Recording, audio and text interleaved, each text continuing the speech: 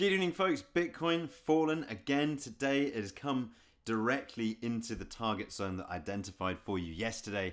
Let's break down exactly what's happening and where I see things going from here. Spoiler alert, I don't think things are about to get particularly bullish particularly soon, but that is not reason to not get excited about the markets right now. So, without further ado, take a look at the spot price of Bitcoin right now here on the Coinbase spot chart and take a look at my very ugly scribbles here yesterday that I ended the video on yesterday, where I said my most likely base case, the situation that I was preparing for, was a continued sell-off into this target area here, the point of control of the fixed range volume profile as drawn from the lows put in on the 6th of February until the highs put in on the 17th of March. And that price target was $69,000.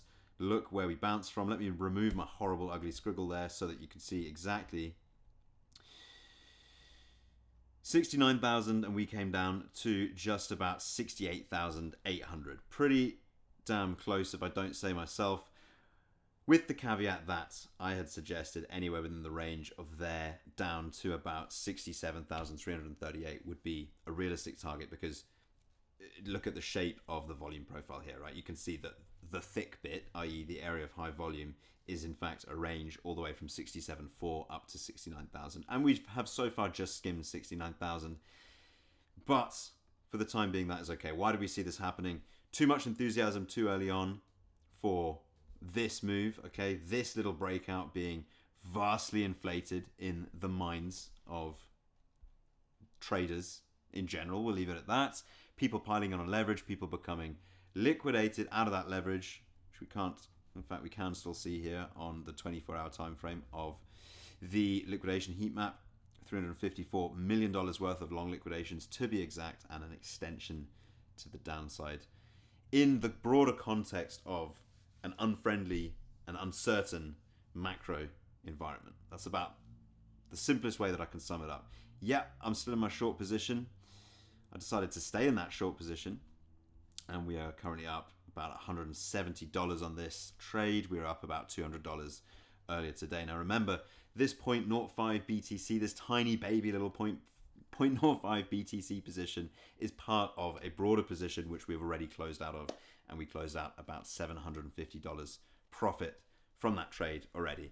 I'm going to be staying in this for now, even though we've hit the target again. If this was a bigger position, right, bigger for me, bigger relative to the account size, whatever, both of those things, I would be scaling out as we reach target. Okay, we've reached target, we're bouncing from the target right now, albeit slowly. It makes sense to size down. But because this trade is in absolute terms just so small, and I do think continuation of this trend now to the downside is likely, or continuation of this move to the downside is likely, I'm just going to stay in with the whole amount. I spoke about yesterday how it would have made sense to add into the trade up here, but not something I'm upset about. Try not to trade with emotions, for one, and second, it's just not a big deal. It's not a big part of my thesis, a big part of my mandate, my goals right now, which is, and which remains, to accumulate more spot Bitcoin at lower prices. I think these prices make perfect sense to accumulate Bitcoin. I'm hoping, honestly, to tell you the truth, hoping that we get even lower prices, and I do actually expect we see even lower prices before an end to the bear phase of this market, right? To the bear market, if you will. Let's take a look at what's going on in the world apart from this, in that macro situation. The Middle East, as we know, still terrible situation in Iran. We know that that is going to have a knock-on effect towards inflation, right? Iran's saying it will show zero restraint if oil sites struck again as Qatar demands an end to attacks. Yeah, I mean, obviously, zero restraint is pretty punchy language if we're talking about escalation and if we're talking about uncertainty in markets. That's not good for markets. The Strait of Hormuz remains closed, to my knowledge, right now at the time of recording. This is not good for oil prices. Oil prices being expensive doesn't just mean it costs more to fill up your car. It means that the entire means of production for almost anything you can name in the world increases, and inflation sticks around for longer. Yesterday, we did indeed see a unchanged base rate so far. But we know that the Fed is anticipating inflation, sticky inflation they're calling it, right? I.e. prolonged elevated amounts of inflation at a prolonged elevated inflation at an elevated level for a prolonged amount of time, largely in part to what we're seeing with this Iran situation. Fed meeting recap, Powell says inflation isn't coming down as much as we hoped. Yeah, absolutely not. And in fact, it's probably likely to get worse based on what I've just explained. The Federal Reserve kept a steady hand on its overnight lending rate, maintaining a target range of 3.5 to 3.75%. The central bank's dot plot suggests a cut may be in the cards in 2026. Policymakers' move came at a key time for investors. Oil prices have been surging amid the Iran war, with Brent futures topping $109 a barrel at one point on Wednesday. The producer price index report for February also came in hot. That's PPI, leading futures markets to sharply curtail the outlook for rate cuts this year. At his press conference, Fed Chair Jerome Powell said, "The forecast is that we will be making progress on inflation, not as much as we had hoped, but some progress on inflation." So the rest remains to be seen. That result of an unchanged rate or no rate cut, rates held steady, was expected, as we spoke about yesterday. Expected by 98.9% of probability, as we saw on the FedWatch tool, and that remains the situation right now for the next FOMC meeting. So no rate cut yet, no rate hike yet, but we know inflation is an issue, and we know that tends to lead the Fed towards a more restrictive monetary policy, which means less liquidity into the markets, basically a less friendly environment for the markets. Stock market down today as well, I believe. There we go. In fact, that's BTC. Just to illustrate my point by bringing up S&P quickly for you. Yeah, there we go. S&P actually breaking lows today.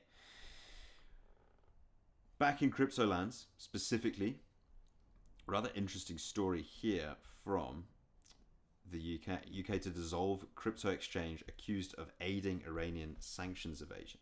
Britain's company register Companies House has moved to dissolve Zedzion Exchange Limited, a cryptocurrency platform accused of processing funds for Iran's Islamic Revolutionary Guard Corps, according to a notice published on its website. The action follows US sanctions imposed in January by the Treasury's Office of Foreign Assets Control, that's the OFAC, which designed Zedzion and related entity ZCX. They designated those two entities, for their alleged role in enabling Iran to evade sanctions and for links to sanctioned financier Babak Zanjani. Pretty interesting stuff. Not market moving in itself, but I think it's interesting to see the other knock-on effects of the situation in the Middle East, of broader geopolitical issues and unrest overall. Quick one for you as well on ETF flows. Multiple inflows on the ETFs, including the 17th of March, right? $199.4 million worth of net inflows. Eerily similar to the day before, on the 16th of March. But once again, I want to point out a trend here. If I just bring up the daily chart, I'll be able to illustrate this more clearly. But it is becoming just slightly more common to see positive ETF inflows on down days. Now, it's not something that we've never seen before, and it's not something that we're suddenly seeing a lot of. But I have noticed a trend, and I haven't crunched the numbers on this, but I have noticed a trend of lately seeing more ETF inflows on down days, that is red days. Why is that interesting? It's interesting because it has been more common mid-term, long-term, to see the ETFs behaving more like retail, more like the leverage markets, i.e. a green day, money goes into the ETFs. On a red day, money comes out of the ETFs. We're starting to see a little bit of a reversal of that. I can't stress enough starting to see, okay, this doesn't necessarily indicate a pattern just yet, but it is something I've noticed. So look at this, 17th and the 18th, both down days, and sure enough, $200 million net inflows to the ETFs on the 16th and the 17th. Sorry, let me just zoom that out. Okay. going on time zone issue there, right? The 16th was in fact an up day. But my point still stands for the 17th. And we're yet to see data for the 18th. But I'll check back in on this tomorrow. But the reason it's interesting is because it points towards, there you go, the 18th was in fact an outflow day. So the only data point I have here is, in fact, for the 17th, which was a net down day and a net inflow day for the ETFs. My point is, seeing that is actually quite rare, and it's something that I've started noticing more so lately. Why is that important? It's important because it points towards potentially the early signs of accumulation by big investors, including those operating via the ETFs. That's something that I think is worth paying attention to long term, because it mirrors the behavior of bigger traditional whale wallets, which have been known to be accumulating during this whole pattern of sell-off. Those are the types of wallets of traders, not traders, of investors that I want to emulate with my strategy. It's the type of thing you notice if you pay attention to the markets over multiple cycles. Basically buying into fear, buying into loss, buying when there's blood in the streets, if you want to be dramatic about it. No one's literally bleeding because crypto's going down, or at least I hope not. But the point is, you're buying when the asset is cheap because you believe in it long term, and historically you get rewarded for that over time. So there we go.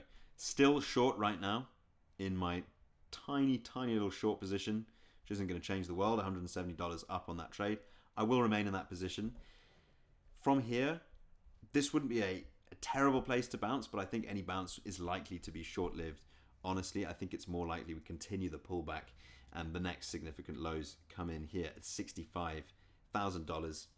But before that, I'm interested in the bottom of this high volume range of the fixed range volume profile, which is coming in at about 67,400 or so, 67,000 to 67,400.